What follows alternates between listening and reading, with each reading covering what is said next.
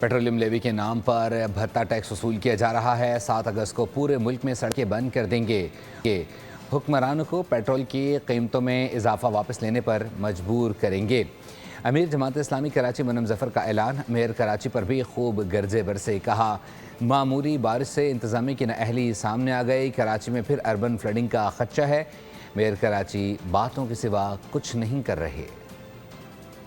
مطالبہ یہ ہے کہ بھتہ ٹیکس جو لیوی کے نام پر وصول کیا جا رہا ہے، یہ حکمرانوں کی عیاشیوں پہ خرچ ہو رہا ہے، اس کا خاتمہ ہونا چاہیے۔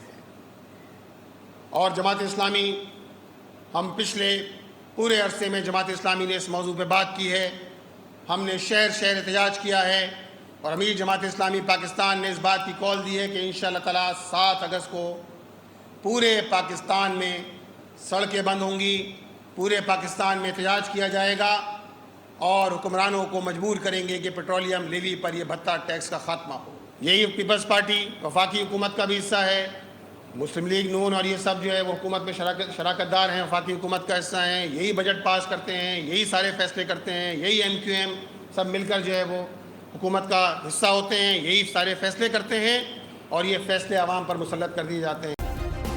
سبسکرائب کریں اور بیل دبائیں تاکہ کوئی خبر رہ نہ جائے۔